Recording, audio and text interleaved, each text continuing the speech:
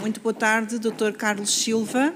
Em nome da Comissão Parlamentar de Inquérito ao INEM, agradecer a sua presença, dar nota que recebeu certamente a grelha de tempos, portanto tem uma intervenção inicial facultativa. Pergunto se pretende fazer intervenção inicial, correto? Pode responder para ficar gravado, por favor, se pretende fazer a intervenção inicial. Pretendo, sim. Muito obrigada. Portanto, tem 7 minutos e meio, mas é meramente indicativo, pode ultrapassar este tempo. Faça favor, tem a palavra. Bem, em primeiro lugar agradecer, cumprimentar a Sra. Presidente e na pessoa da Sra. Presidente todos os Srs. Deputados, e vou-me cingir aqui de uma forma muito rápida a uma questão que me parece digna de ficar registada.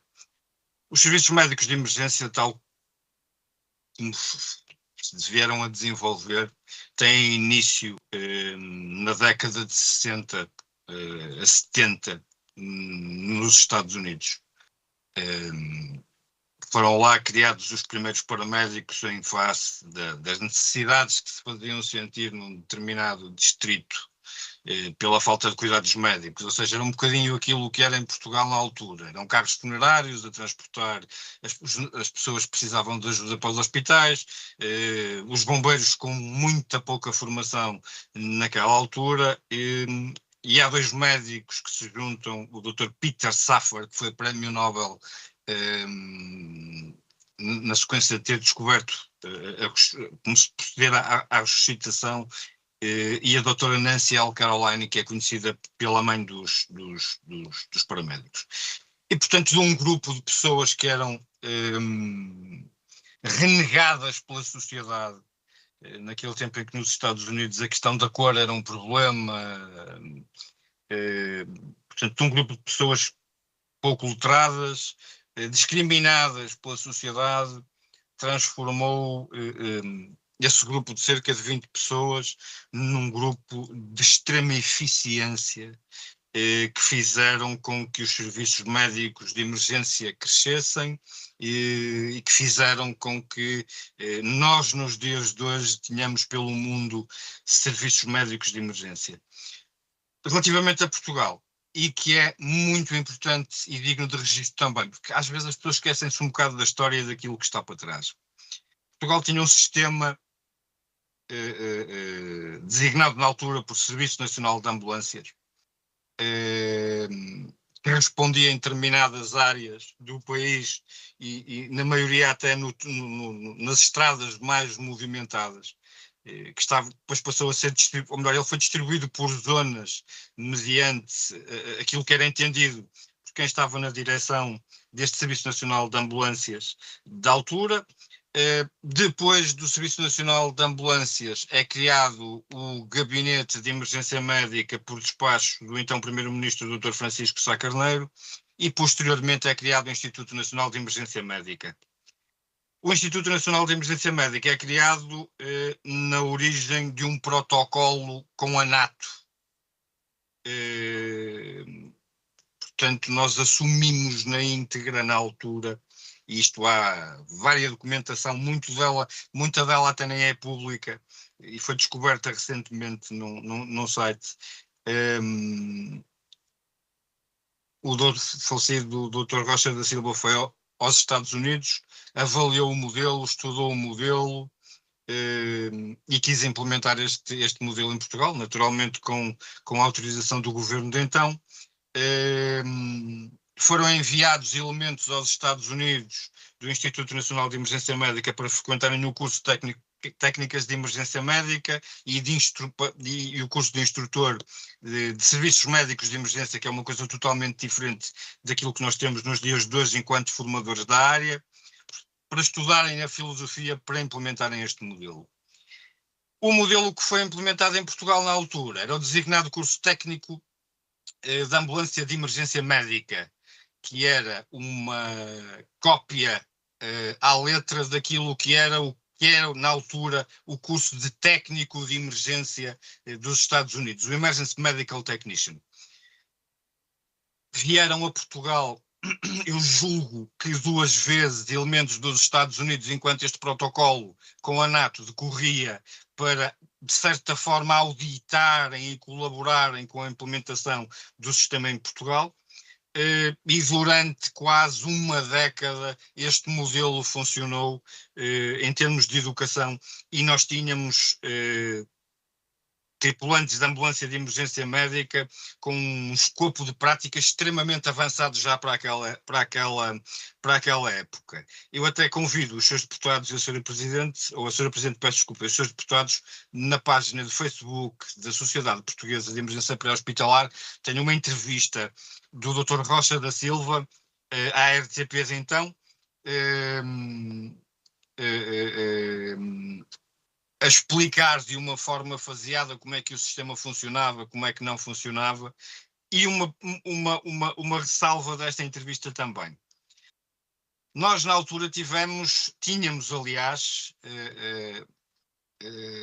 isto no primeiro congresso IMS, que foi feito, no primeiro congresso a nível mundial IMS feito em Baltimore, salvo erro, o Serviço de Emergência Médica português foi considerado o melhor serviço do espaço europeu. Já nesta altura, o Dr. Rocha da Silva dizia que era preciso melhorar a formação dos técnicos que nós tínhamos em Portugal. O que é facto é que, a partir de 1999, há uma queda abrupta naquilo que diz respeito à formação das tripulações das ambulâncias, portanto.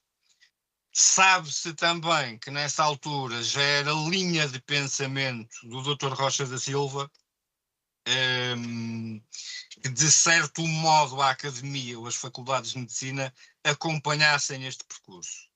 E eu digo isto porquê? Porque tenho a felicidade de ter como vice-presidente da mesa da Assembleia Geral da Sociedade Portuguesa de Emergência Pré-Hospitalar, uma das pessoas que esteve no Serviço Nacional de Ambulâncias e que foi o braço direito, digamos assim, do Dr. Francisco Rocha da Silva na criação do Instituto Nacional de Emergência Médica. Portanto, temos um manancial de informação muito grande relativamente àquilo que era o INEM, para o que é que o INEM foi criado, como é que o INEM foi criado, como é que ele foi estruturado.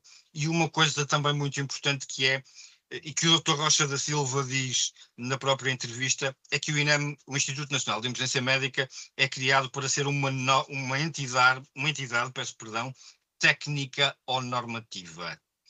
E isto segue uma série de padrões de serviços médicos de emergência, nomeadamente o anglo-saxónico, que é aquele modelo que a Sociedade Portuguesa de Emergência Pré-Hospitalar defende e é aquele que a maior parte da evidência científica, se não mesmo grande parte da evidência científica, dita como sendo o modelo que melhor responde e o modelo que melhor resposta dá.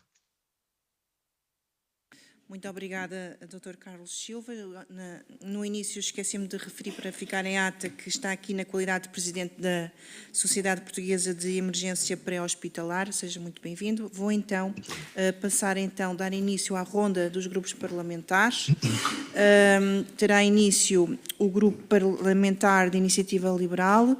A senhora deputada Joana Cordeiro pode inquirir diretamente o depoente e o depoente também pode responder diretamente. Eu não tenho que lhe passar a palavra.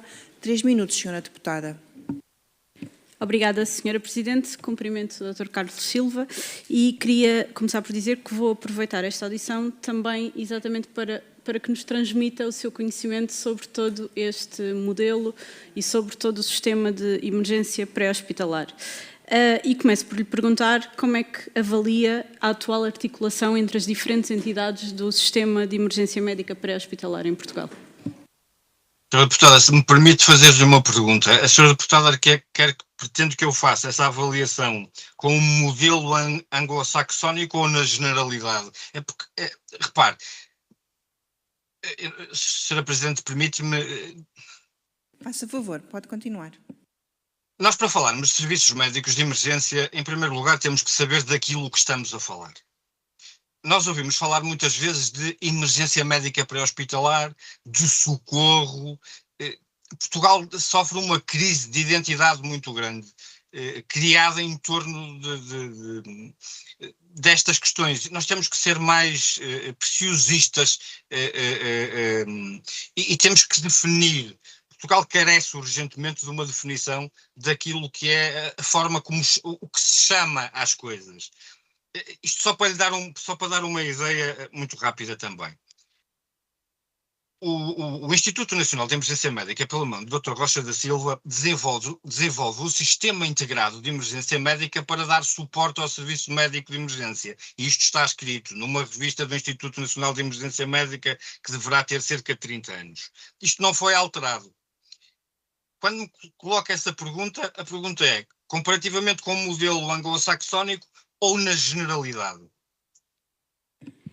Eu, por acaso, já ia chegar à parte do comparativo com modelos internacionais, mas pode responder como quiser. O que eu queria primeiro que avaliasse era como é que o nosso modelo está articulado, e se está bem articulado e se funciona, e de que forma é que ele compara com modelos internacionais, ou seja, no sentido se o nosso é melhor ou pior, se devia ser mudado. Portanto, eu ia lhe fazer essas perguntas mais à frente, mas pode começar por aqui. Senhora deputada, podemos ter o melhor serviço médico de emergência do mundo. Temos essa capacidade.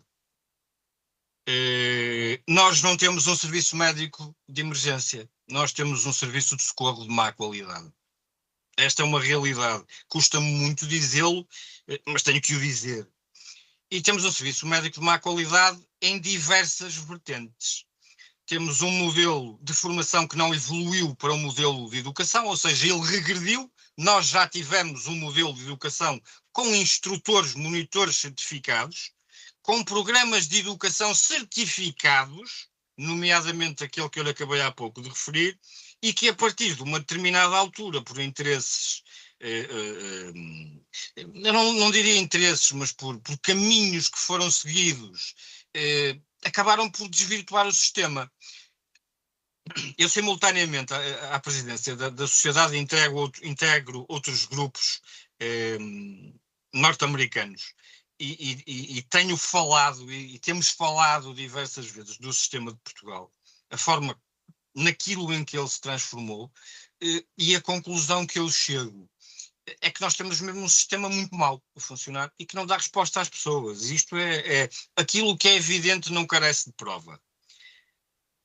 Se a senhora deputada me pedir para eu suportar o que lhe estou a dizer, eu suporto isto de 3 ou 4 formas, mas falta-me o melhor, que é dados. Não há dados, não há avaliação do resultado dos pacientes após a prestação de cuidados médicos de emergência por parte das equipas do terreno.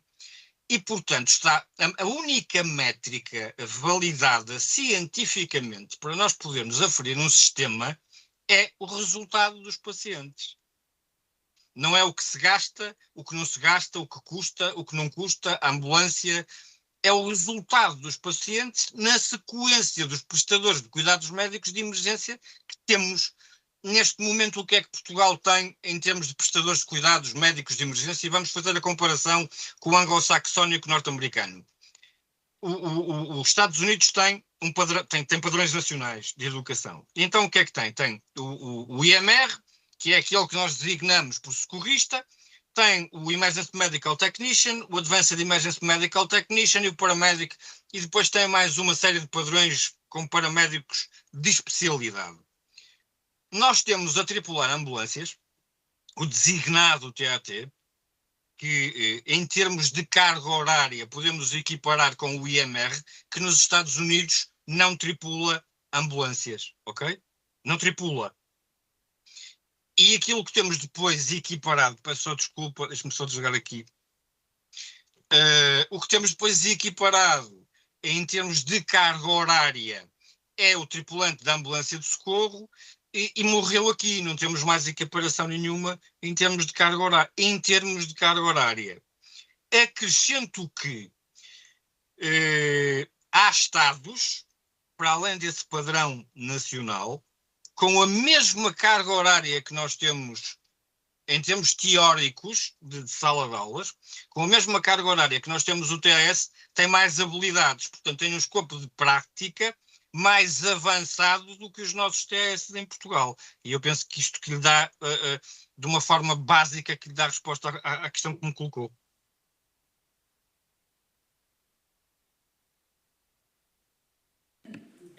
Então, mas considerando, pronto, exatamente porque esta CPI se foca na gestão do INEM, que tem esta tutela, aquilo que eu lhe pergunto é se considera que o modelo de organização do INEM está adaptado ou responde, ou consegue responder a todos os desafios da emergência médica.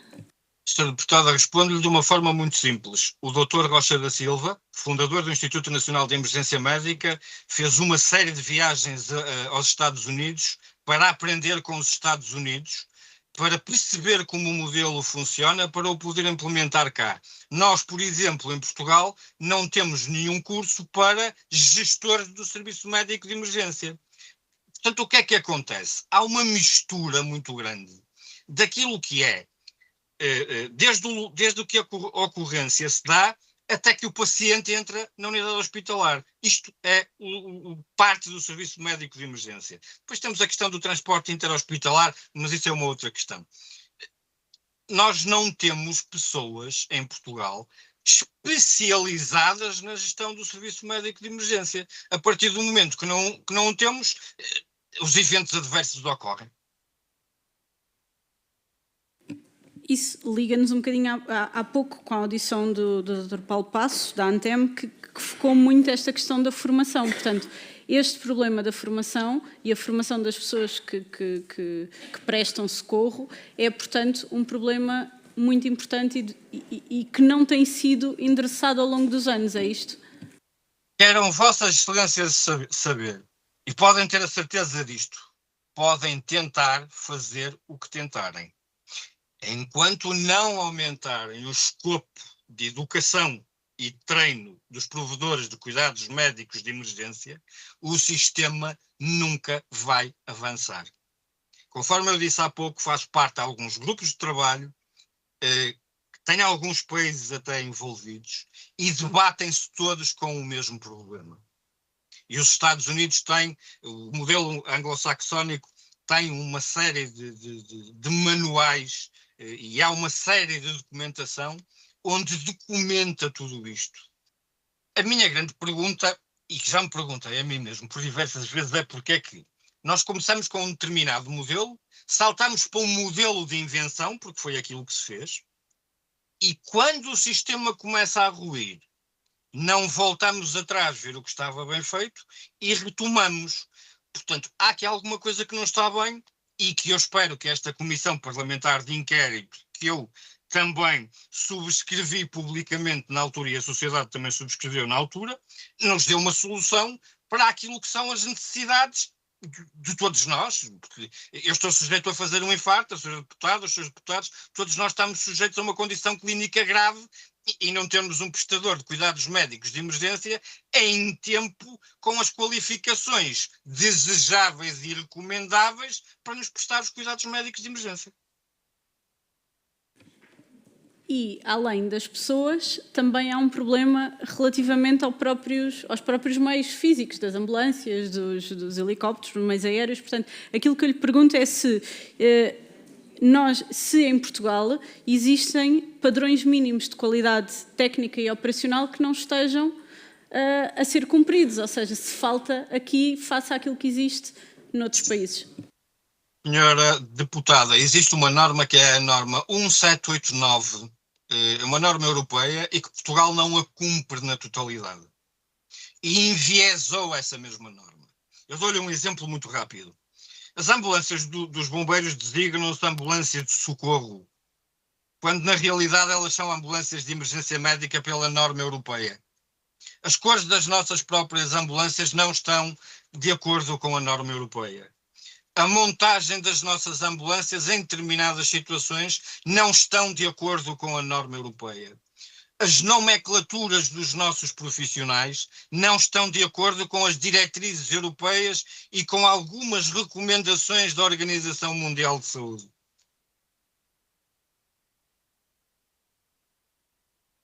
Portanto, E, obviamente, aquilo que está a dizer é bastante preocupante. Portanto, nós não temos os meios adequados, não temos as pessoas formadas para o socorro que precisamos, e já há pouco referiu que não temos dados sequer que nos permitam avaliar este tipo de socorro, porque não há informação transparente. E aquilo que eu lhe pergunto é se este vosso conhecimento, e obviamente isto que tem dito, se tem conseguido falar com as tutelas do INEM, expor estas preocupações, expor isto às tutelas, Ministério da Saúde, os secretários de Estado que têm estado afetos ao INEM, e quais é que têm sido as respostas que têm sido dadas? Senhora Deputada, a Sociedade Portuguesa de Emergência Pré-Hospitalar, desde a sua criação, procurou sempre ter até como sociedade científica, procurou ter sempre uma linha muito próxima para poder cooperar naqueles momentos em que as situações podiam complicar, ter sempre uma resposta pronta para colaborar inclusivamente nos modelos de educação em que nós apresentamos um em parceria que foi reprovado e outro que ficou pelo caminho, suportado por verdadeiros especialistas dos serviços médicos de emergência, medicina pré-hospitalar e medicina, serviços médicos de emergência, medicina pré-hospitalar e medicina de emergência, porque a medicina pré-hospitalar é uma coisa, a medicina de emergência é outra, embora muitos bons contadores de histórias gostam de confundir isto, erradamente. Relativamente à questão que me colocou sobre tutelas, nunca conseguimos falar com nenhuma tutela dos governos anteriores. Alertamos por diversas vezes os grupos parlamentares para situações que infelizmente vieram a acontecer. Há grupos parlamentares que nos recebem com mais celeridade, há outros que nos recebem com menos celeridade, mas portanto isso também faz parte da vida parlamentar. Para terminar, e vou fazer aqui um pouco uma consideração e deixar uma pergunta, porque de facto aquilo que me parece é que há muito conhecimento, como sempre, que depois não é nem nunca foi aproveitado, obviamente por tutelas, por todas as tutelas, e chegamos a uma situação em que realmente há muitos problemas para resolver. E, na realidade, nada se faz, apesar de nós termos esse conhecimento no nosso país, só não o estamos a conseguir aplicar. E, portanto, aquilo que lhe pergunto é também se, nesta questão da refundação do INEM, foi ouvido, o que é que transmitiu, se tem boas perspectivas de se poder, de facto, tornar ou criar um sistema melhor que consiga responder melhor às pessoas, porque por tudo aquilo que nos disse, a verdade é que, e ficamos com esta sensação de falta de confiança, de que quando podemos ter um problema, nem sempre, ou possivelmente, o sistema não vai conseguir responder, e infelizmente temos visto algumas dessas situações. Portanto, gostava que elaborasse um bocadinho sobre isto. Obrigada. Senhora Deputada, conforme lhe disse há pouco, nós podemos ter o melhor serviço médico de emergência do mundo. Quando nós ouvimos a digníssima senhora Ministra falar na refundação do INEM, ficamos apreensivos, mas muito contentes. Isto porquê? Bem, temos uma Ministra da Saúde que efetivamente se vai dedicar àquilo que são os problemas do Instituto Nacional de Emergência Médica e, por conseguinte, os problemas dos cidadãos. Muito rapidamente chegamos a uma conclusão, e é o Instituto Nacional de Emergência Médica, que é uma instituição que nós muito respeitamos e que muito gostamos, já não se resolve com uma refundação, mas sim com uma reestruturação. Na nossa perspectiva, e seguindo alguma literatura internacional sobre esta matéria, para a criação, inclusivamente até à literatura para esse efeito, para a criação de serviços médicos de emergência, na nossa perspectiva, o INEM tem que ser encerrado. E encerrado não é no sentido negativo, ok? Tem que ser encerrado. Tem que ser avaliado secção a secção. Resolver o problema de cada secção e operacionalizar imediatamente essa secção. O que não se pode fechar, neste fechar, entre aspas, é aquilo que é operacional. Mas todas as secções têm que ser revistas. Se me perguntar se a metodologia para o fazer é aquela que está a ser levada a cabo, eu ponho sérias dúvidas. Muito obrigada, Dr. Carlos Silva. Passo agora a palavra ao Grupo Parlamentar do LIVRE. Deputado Paulo Moacho, faça favor, tem 3 minutos. Muito obrigado, Sra. Presidente. Cumprimento também o Dr. Carlos Silva e agradeço as informações que já nos foi transmitindo e que serão certamente muito úteis para contextualizarmos toda esta matéria. E eu queria também começar por este tópico da refundação. Ou seja, no fundo, do que é preciso fazer para que o INEM funcione convenientemente. Há pouco, a responder à deputada da Iniciativa Liberal, disse que, no fundo, a dada altura houve uma alteração do modelo de funcionamento do próprio INEM, mas depois não houve, no fundo, a coragem de reconhecer que esse modelo não funcionava e de voltar atrás. Se percebi bem, e primeiro gostaria que nos, no fundo, explicasse um pouco melhor a que é que se referia.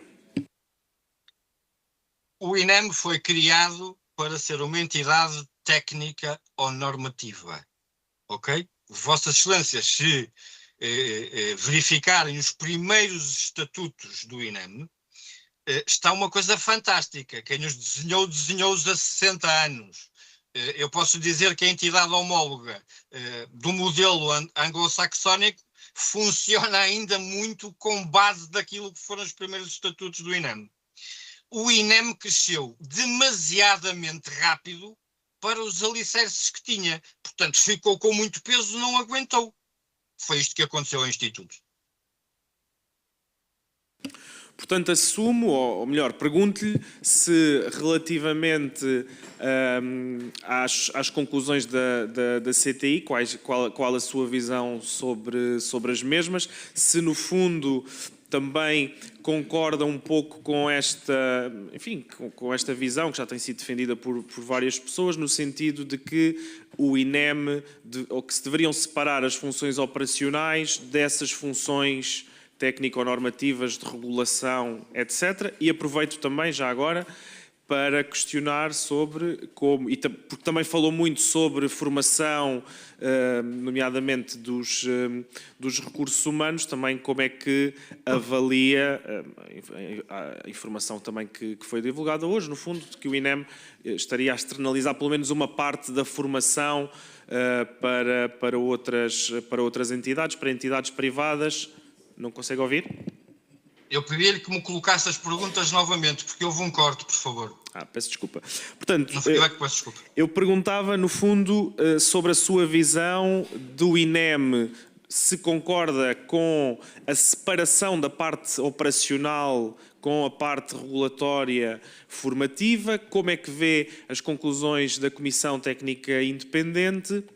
E também, já agora, como é que avalia esta informação, esta notícia que foi divulgada hoje, no fundo, que o INEM estaria a externalizar uma parte da formação, deixando de lado também aquilo que tinha sido divulgado, no fundo, no sentido do envolvimento da academia nessa formação dos profissionais do INEM? Bem, eu vou começar então pela Comissão Técnica Independente. Cientificamente, e isto não é a minha opinião, é o resultado científico daquilo que foi analisado da CTI, embora tenham sido pedidos documentos à CTI para percebermos o que é que suportou muito do que está escrito na CTI e que até hoje não tivemos acesso, portanto essa informação foi vedada. O resultado da CTI, na nossa perspectiva, é manifestamente deficiente e insuficiente. E porquê? Porque não contempla a avaliação do resultado dos pacientes. Portanto, eu estar a dizer, eu dou-lhe um exemplo muito rápido, eu estar a dizer que é preciso pôr CIVs em carros ligeiros, um exemplo, mas eu baseio-me nisto em quê? Quando eu posso ter uma CIV que tem um TEP e um enfermeiro a bordo e que pode fazer o transporte daquele paciente ao hospital. Qual é o ganho em termos carros rápidos para lá e fazer o serviço? O relatório tem bastantes inconsistências. Há sítios onde chama, por exemplo, o técnico de emergência pré-hospitalar, depois já fala de técnico de emergência médica. É insuficiente. É um relatório manifestamente insuficiente e com bastantes deficiências. Relativamente à questão do INEM, e os meios operacionais. O INEM desde sempre, ou melhor, perdão, a partir de uma determinada altura, e pelo conhecimento que eu tenho, passou a ter meios para darem apoio ao Codul Lisboa, nomeadamente a primeira viatura médica, as ditas ambulâncias medicalizadas, depois foi criada uma viatura de intervenção em catástrofe. Eu acho que o INEM, ou melhor, a evidência diz que, os estudos dizem que as entidades normativas devem ter meios de resposta para situações de vítimas múltiplas, ou seja, as tais viaturas de intervenção em catástrofe, eventualmente ter um reforço em cada delegação regional de 10 ambulâncias. Eu estou a atirar no número para o ar, não há estudos, nós não conseguimos apontar números certos, não é? Portanto, 10 ambulâncias, 2 viaturas médicas de reserva, por exemplo. Há meios que o INEM deverá ter.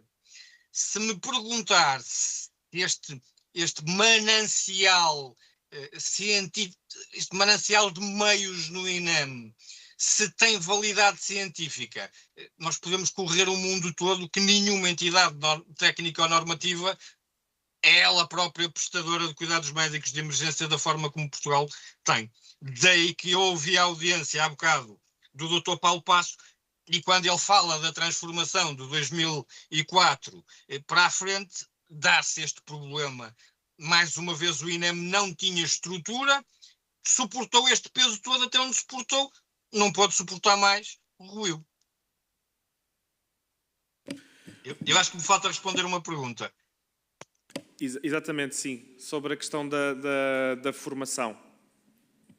Sr. Deputado, a formação tem que se deixar de chamar formação e tem que se começar a chamar e implementar modelos de educação e treino. Se o Sr. Deputado me perguntar, eu fui a primeira pessoa em Portugal publicamente a dizer que a formação deveria passar para as faculdades de medicina. Hoje estou arrependido, por uma razão muito simples, porque percebi que as faculdades de medicina, neste momento, não estão preparadas para receber a filosofia verdadeira de um serviço médico de emergência. Têm que passar por um período de transição, têm que perceber como é que os modelos funcionam, têm que importar modelos de educação e têm que os adaptar, traduzir e adaptar. E depois tem uma outra coisa que é esta, que é a implementação do modelo, e ainda tem que o INEM fazer uma avaliação destes elementos, ou o INEM ou outra entidade que se possa criar, um registro nacional, por exemplo, em que o elemento que fez o curso tem que fazer um teste para provar que efetivamente tem aptidões para poder tripular ambulâncias. No fundo, uma certificação do Estado, uma validação do Estado para a prática daquilo que ele estava a aprender. Muito obrigado. Eu tenho só mais uma questão para lhe colocar, tem a ver também com o facto da Sociedade Portuguesa de Emergência Pré-Hospitalar ter também já defendido em diversas circunstâncias a criação da profissão de paramédico. Queria também que, no fundo, nos explicasse porque é que considera que esse modelo pode melhorar o modelo que temos atualmente, e também como é que, no fundo, a criação dessa profissão também se poderia articular com as outras profissões que já existem nesta área, e nomeadamente dentro do próprio INEM, com a carreira dos TEPs, com os enfermeiros, com os médicos, etc. Como é que iríamos, no fundo, também garantir que todo este sistema continuava articulado? Obrigado. O paramédico é um profissional de saúde altamente diferenciado, capaz de providenciar cuidados médicos de emergência avançados. A articulação entre os médicos e enfermeiros é uma articulação normal, passaria a ser um profissional de saúde e integram-se conforme se integram nos outros países, da forma mais normal possível e natural possível. Qual é a mais-valia do paramédico em qualquer país? Infelizmente, nós não temos um médico em cada esquina, não temos um médico em cada ambulância. Se nós conseguirmos pôr um paramédico, eu não estou a dizer em todas as ambulâncias, mas se nós conseguirmos dotar grande parte das ambulâncias com paramédicos ou com técnicos avançados de emergência médica, o que é que nós conseguimos fazer? Conseguimos reduzir a morbilidade e a mortalidade. E porquê? O técnico avançado de uma forma não tão avançada quanto o paramédico, mas o paramédico pode fazer tudo aquilo que um médico da viatura médica faz. Aliás, em determinados países até tem um escopo de prática que vai mais além. Há técnicas, olha, um exemplo, transfusão de sangue, por exemplo. Há países que o paramédico faz transfusão de sangue no local para evitar, nas situações de trauma. Eu não estou a dizer que os paramédicos em Portugal iriam fazer transfusões de sangue. Isto é um exemplo. Se me perguntar se ele substitui o médico, não substitui o médico. Será sempre o escudo do médico, porque o médico não pode ir às situações todas, nem vai às situações todas. E era aquilo que há bocado o Paulo Passo dizia, nós não podemos estar, e isto acontece inúmeras vezes, infelizmente, em manobras de suporte básico de vida num paciente, ou seja, a fazer compressões torácicas no peito, onde muitas vezes aquele paciente já não há nada a fazer por ele e está-se a fazer compressões torácicas. Noutras situações, o paramédico, com a administração de fármacos, consegue estabilizar uma reversão de uma paragem cardiorrespiratória, por exemplo, consegue administrar, tem uma linha de fármacos manifestamente grande para poder fazer face às necessidades dos pacientes. A articulação com os demais. Nós defendemos uma outra coisa, que é passarmos a ter os títulos, as nomenclaturas dos profissionais alinhadas com aquelas que são as da Comunidade Europeia. O senhor, se for fazer uma pesquisa, não vê TEP na Comunidade Europeia, não vê TAS, nem vê TAT. Portanto, um TEP que saia de Portugal e que queira ir trabalhar para um outro país naquilo que fazia em Portugal, chega lá e é barrado. Tem que fazer o curso mediante aquilo que eles lá têm. Portanto, se nós tivermos um curso que seja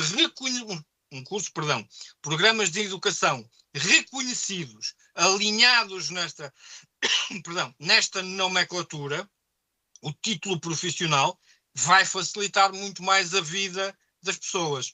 Há quem diga que isso é um termo pomposo e tal.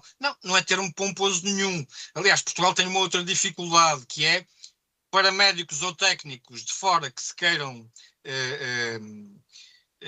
ter o título deles em Portugal, está-lhe vedado. Portanto, não têm como ter o título em Portugal. Nós já fizemos diversas perguntas, respostas nenhuma. É um silêncio ensurdecedor. E, portanto, a mais-valia destes técnicos e do paramédico é para o cidadão, efetivamente. Muito obrigada. Vou passar agora a palavra ao Grupo Parlamentar do PSD. Deputada Isabel Fernandes, tem a palavra, 4 minutos, faça favor. Muito obrigada, Sra. Presidente. Agradeço, em nome do PSD, ao Dr. Carlos Silva, agradeço a sua presença nestes esclarecimentos nesta Comissão de Inquérito. Impõe-se, pela extrema importância, ouvir as associações ligadas à emergência médica e aqueles que representam os profissionais, naturalmente, para compreender o que é que se passou no dia da greve, mas também o porquê do INEM ter chegado à situação em que se encontrava naquele dia e que conduziu à greve. Começo por perguntar, Dr. Carlos Silva, quantos associados tem a associação que o senhor dirige e representa? Senhora deputada, é uma sociedade científica, tem neste momento cerca de 600 a 650 associados. Muito obrigada.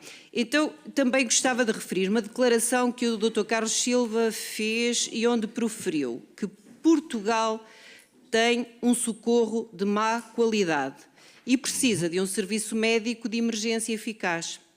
Confirma que é a sua percepção de socorro pré-hospitalar hoje em Portugal? Confirmo e reafirmo. Muito obrigada. Esta situação de degradação do INEM surgiu, na sua visão e perspectiva, de forma repentina ou é o resultado de anos de fragilidades acumuladas na gestão, no planeamento e na valorização dos profissionais? Senhora Deputada, eu não estou aqui para responder na minha perspectiva, mas na perspectiva de uma sociedade científica. Sim. Aquilo que a sociedade científica entende é que isto foi um degradar a partir, conforme eu fiz referência há pouco, dos anos 2000 a esta parte. Muito obrigada. Não sei se teve a oportunidade de assistir às audições que aconteceram anteriormente, onde o fator do subfinanciamento do INEM também foi referido, mas pergunto se considera que os 120 milhões de saldo de gerência que foram desviados para os cofres do Estado e aplicados noutras entidades que não o INEM, possam ter feito falta e contribuído para agravar esta má qualidade que o senhor identifica no serviço prestado pelo INEM. Senhora Deputada, conforme diz e dita a evidência e os estudos que são feitos relativamente ao financiamento dos serviços de IMS em todo o mundo, quando o financiamento é reduzido, a qualidade do serviço é reduzida também. Já agora, tem conhecimento da justificação que na altura levou ao desvio destas verbas destinadas ao INEM?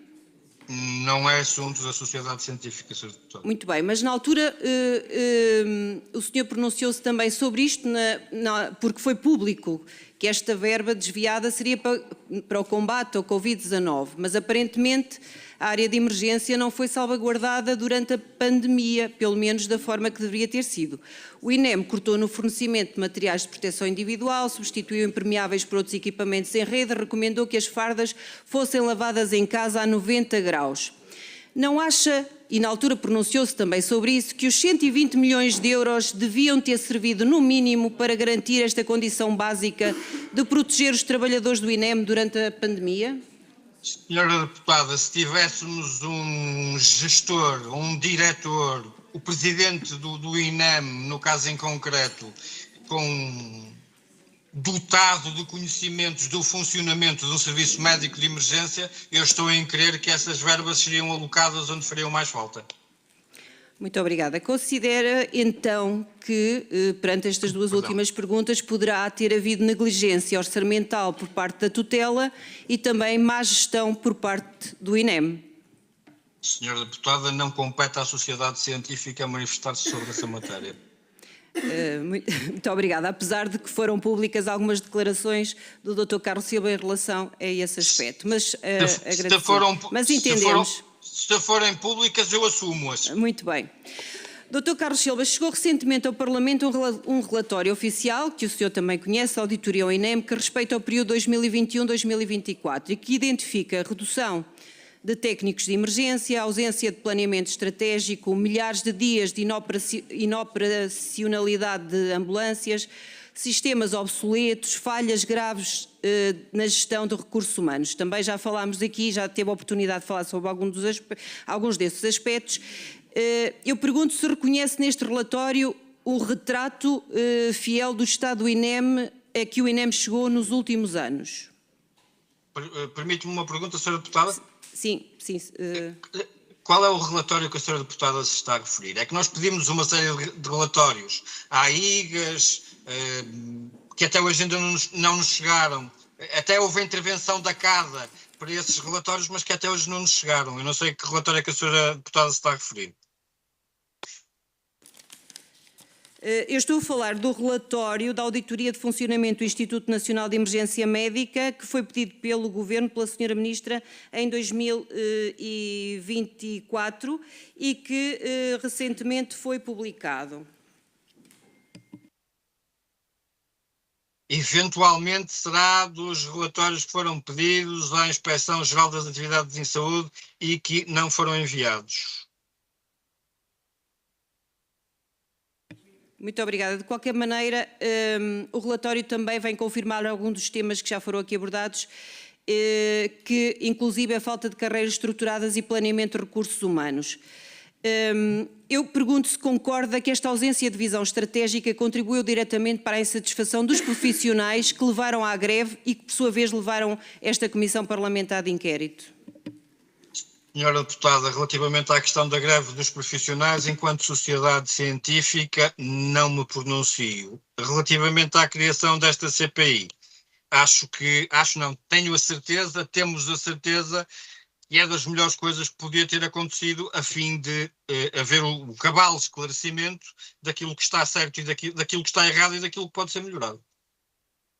Só para terminar, eu, enquanto não participou na greve, de facto, de forma direta, mas pergunto se conhece a revisão salarial da carreira dos técnicos de emergência pré-hospitalar, há quanto tempo não havia essa revisão de carreira e qual foi o valor e quais os níveis remuneratórios na nova reconfiguração da carreira dos técnicos pré-hospitalares?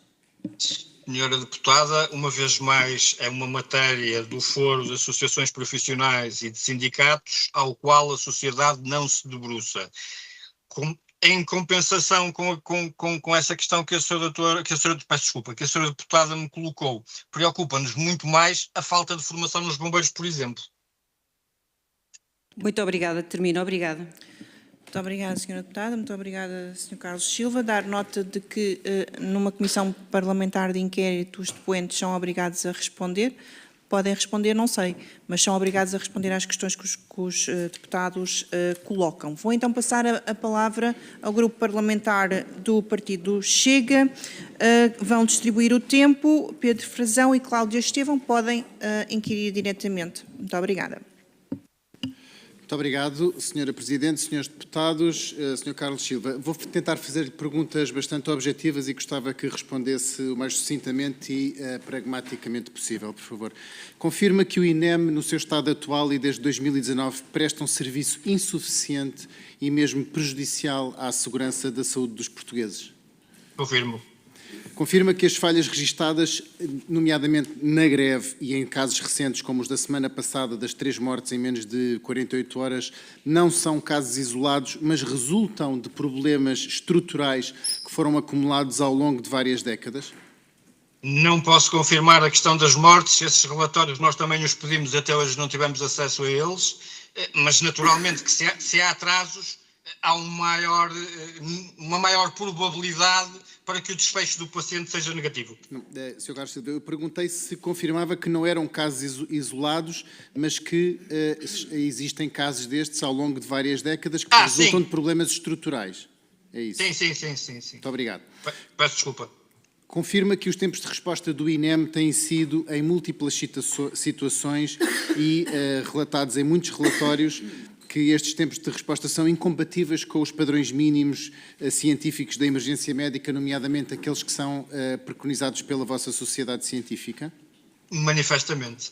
Em que, objetivamente, tem que medida? 7 minutos. Quais são os tempos que são conseguidos pelo INEM e quais são os preconizados pela vossa sociedade? Não há dados dos tempos preconizados pelo INEM que se possa fazer um estudo. Os tempos que são preconizados pela Sociedade Portuguesa de Emergência Pré-Hospitalar são os do Colégio Americano de Cirurgiões, que dita 7 minutos em perímetro urbano, 14 em perímetro rural. Muito obrigado. Confirma que o CODU funciona com sistemas informáticos e protocolos de triagem que estão informaticamente desatualizados e que são cientificamente inadequados tanto à realidade atual como à realidade epidemiológica portuguesa? Confirmo, sim, senhora. Confirma que essas falhas do CODU condicionam totalmente a correta distinção entre situações que são urgentes e não urgentes e que isto tem um impacto direto na alocação dos meios? Indubitavelmente. Muito obrigado. Confirma que milhares de situações que são classificadas como prioridade 1 não tiveram e continuam a não ter acesso ao nível de socorro diferenciado, clinicamente indicado e no tempo indicado pelos parâmetros internacionais, nomeadamente os 18 mil casos que foram indicados pelo Sr. Paulo Passo na audição anterior? Sem dúvida nenhuma. Confirma que o atual modelo de emergência pré-hospitalar está completamente ultrapassado e que não garante igualdade de acesso ao socorro em todo o território nacional, como é mandatório a partir da nossa Constituição da República Portuguesa no artigo 64º? Para além do modelo não estar adequado, eu diria que nós não temos um modelo. Muito obrigado. Relativamente aos meios humanos, confirma que a escassez de meios humanos e a elevada rotatividade resultam de decisões de gestão e não apenas de uma falta de profissionais disponíveis no mercado? Eventualmente. Muito obrigado. Confirma que a formação, a certificação e a atualização técnico-científica destes profissionais não acompanharam a evolução das exigências do sistema de emergência médica, nomeadamente no tempo que nós estamos a analisar nesta CPI, que tem um intervalo desde 2019 até 2025? Indubitavelmente. Muito obrigado. Confirma que estas falhas eram do conhecimento da administração do INEM e das tutelas governamentais, nomeadamente as 3 tutelas ministeriais sobre as quais incide esta CPI, e que isto era do conhecimento mesmo antes dos incidentes mais graves conhecidos publicamente, nomeadamente as mortes que foram alvo dos relatórios do IGAS.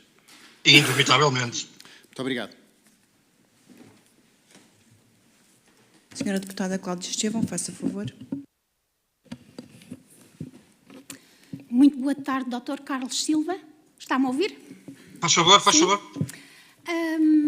Enquanto sociedade científica que se dedica à emergência pré-hospitalar, calculo que esteja fortemente sustentada em evidência científica e em produção científica também. Nesse contexto, eu gostava que me dissesse, desde 2020, que documentos formais técnicos é que a sociedade que o senhor preside produziu? Muito poucos, por uma razão simples. Não há dados para fazer avaliação científica. Que dados é que precisa concretamente e que não dispõe? O resultado dos pacientes, por exemplo. Tempos de resposta.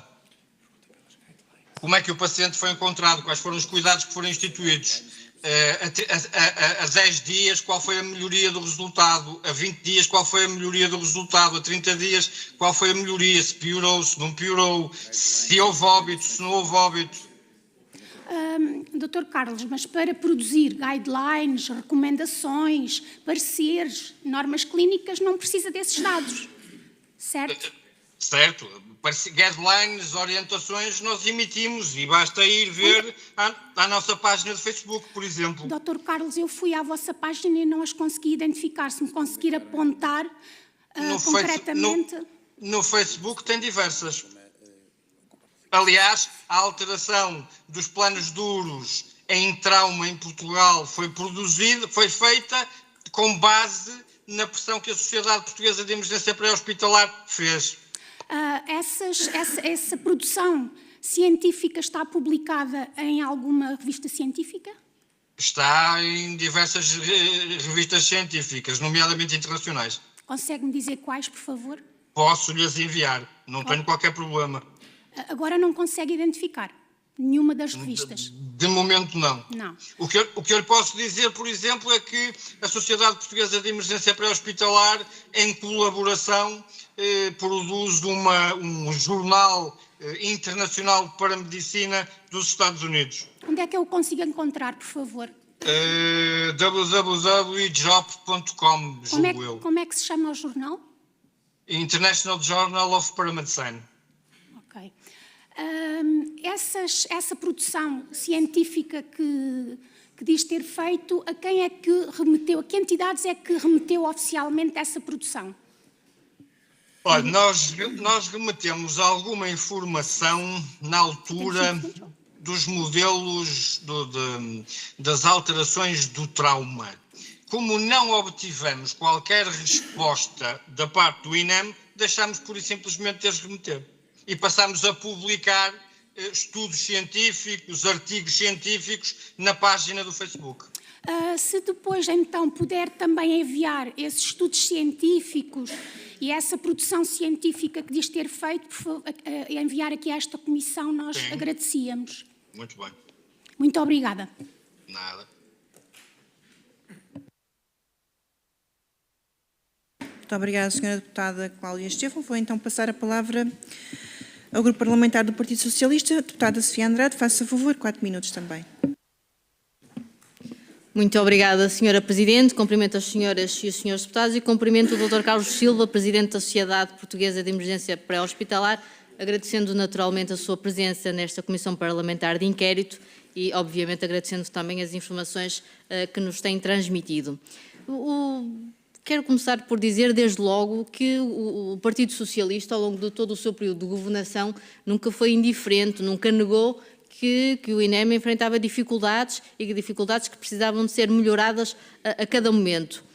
Aliás, também este governo da AD anunciou que a saúde seria uma prioridade e, portanto, reconhecendo aquelas que seriam as dificuldades que o INEM apresentava, seria de esperar que, quando elaborassem o plano de emergência e transformação para a saúde, esta vertente do INEM viesse lá plasmada. E, portanto, a primeira pergunta que lhe faço é, considerando esta dimensão, uma vez que este governo, a senhora Ministra, diz que os problemas do INEM eram já amplamente reconhecidos. Fez um plano de transformação e emergência para a saúde para aquelas áreas que identificava como prioritárias. Pergunto se não achou estranho não haver lá nenhuma referência ao INEM. A Sociedade Portuguesa de Emergência Pré-Hospitalar, quando leu o plano de transformação para a saúde, eu julgo que fizemos uma nota pública a lamentar o facto dos serviços médicos não estarem incluídos nesse plano de transformação. Muito obrigada. Continuando com esta questão da gestão do INEM, há aqui um ponto que gostaria também de focar.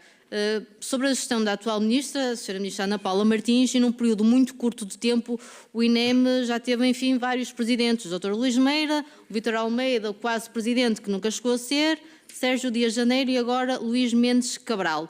E, portanto, o que lhe pergunto aqui também é que se considera que, havendo problemas que são necessários ultrapassar, mas havendo também esta constante dança de cadeiras, porventura alguma instabilidade ao nível da gestão, se também este fator não compromete o funcionamento do INEM? Doutora Deputada, de uma forma muito sucinta, naturalmente que compromete, mas se as pessoas não estão à altura para os cargos, têm que ser substituídas, porque senão corremos o risco de continuar sempre na mesma.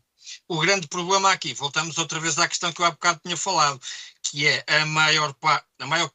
grande parte não tem nenhum curso, não tem as habilidades necessárias para gerir um serviço médico, ou melhor, uma entidade técnico-normativa de um serviço médico de emergência.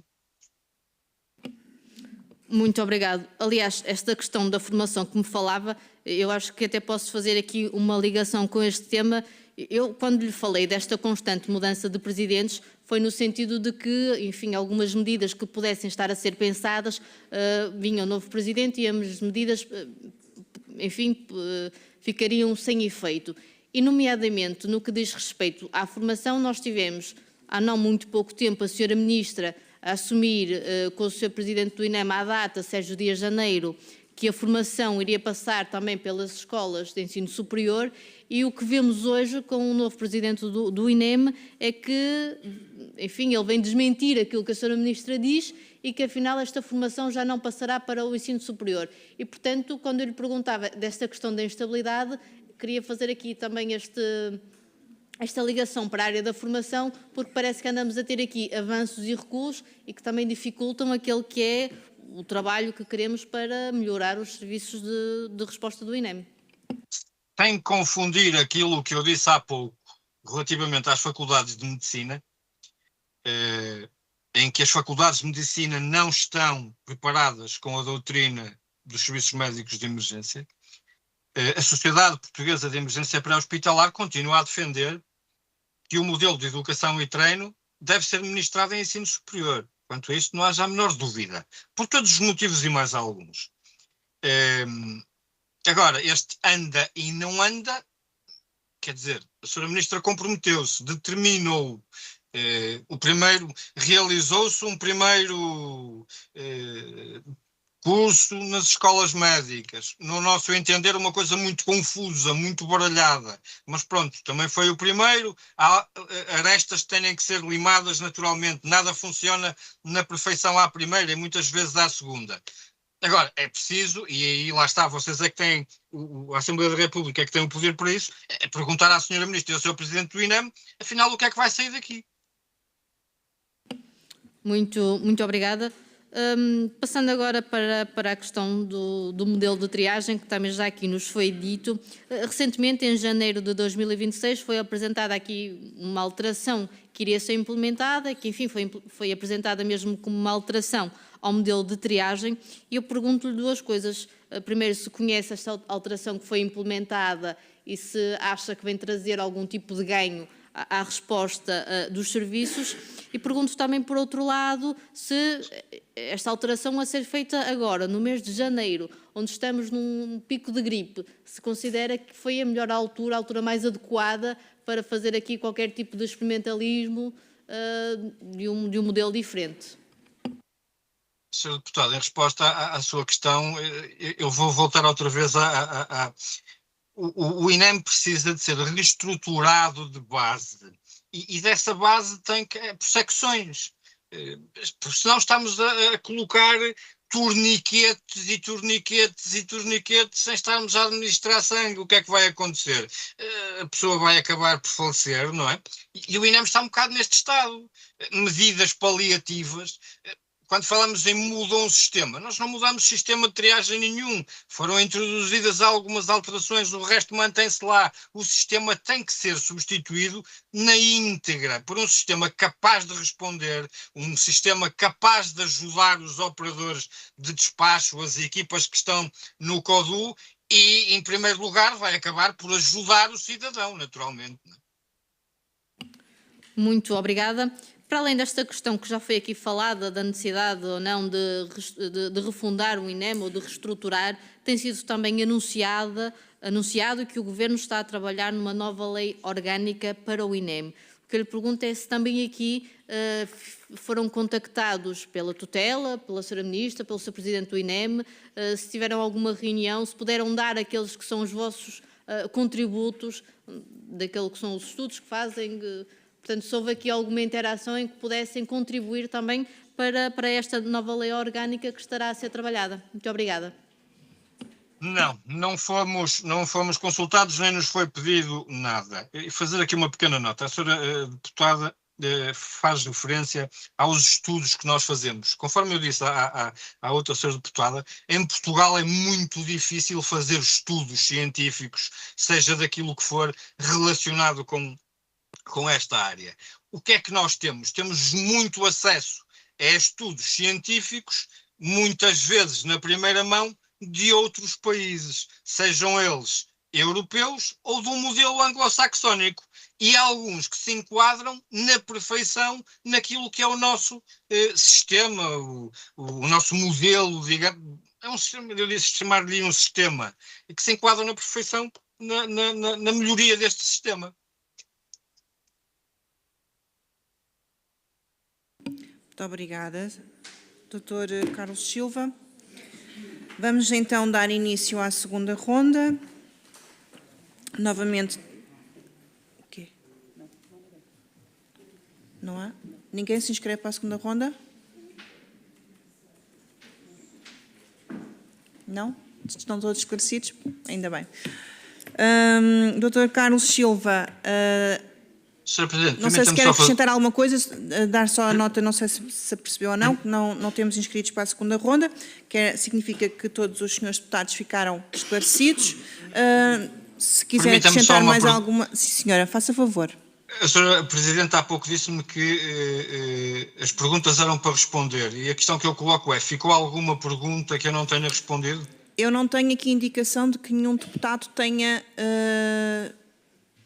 ficado com alguma pergunta por responder. Ok. Certo? Muito obrigada pela sua colaboração. Vou dar por encerrada esta audição. E reunião também. Muito obrigada. Muito obrigado. Boa noite.